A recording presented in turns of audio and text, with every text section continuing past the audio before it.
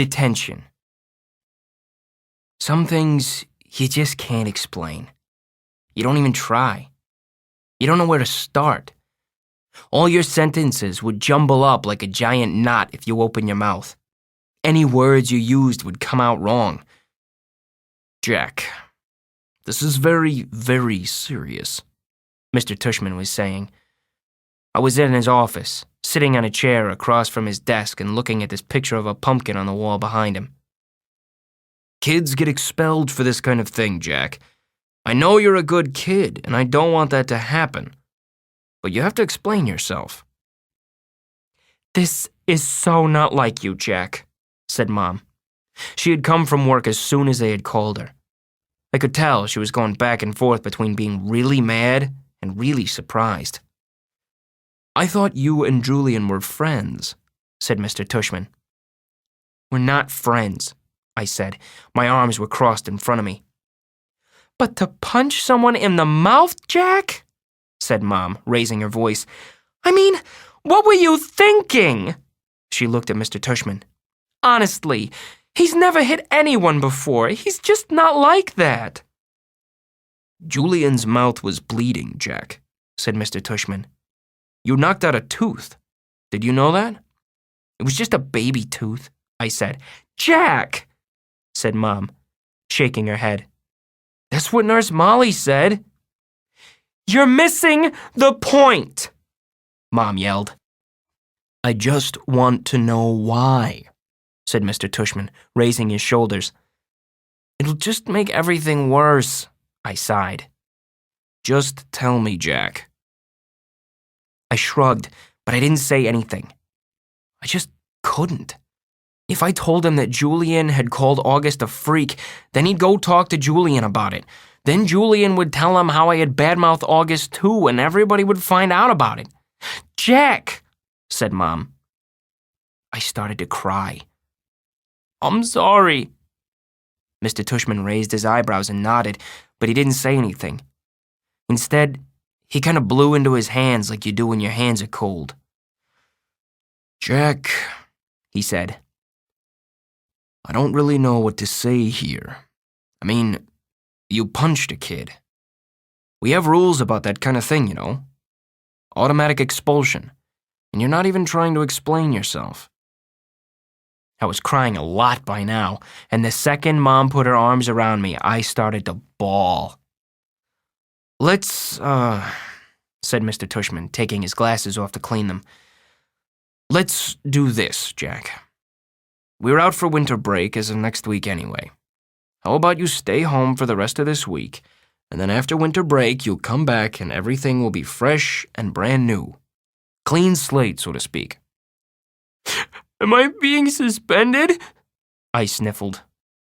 Well, he said, shrugging. Technically, yes, but it's only for a couple of days. And I'll tell you what, while you're at home, you take the time to think about what's happened. And if you want to write me a letter explaining what happened, and a letter to Julian apologizing, then we won't even put any of this in your permanent record, okay? You go home and talk about it with your mom and dad, and maybe in the morning, you'll figure it all out a bit more. That sounds like a good plan, Mr. Tushman, said Mom, nodding. Thank you.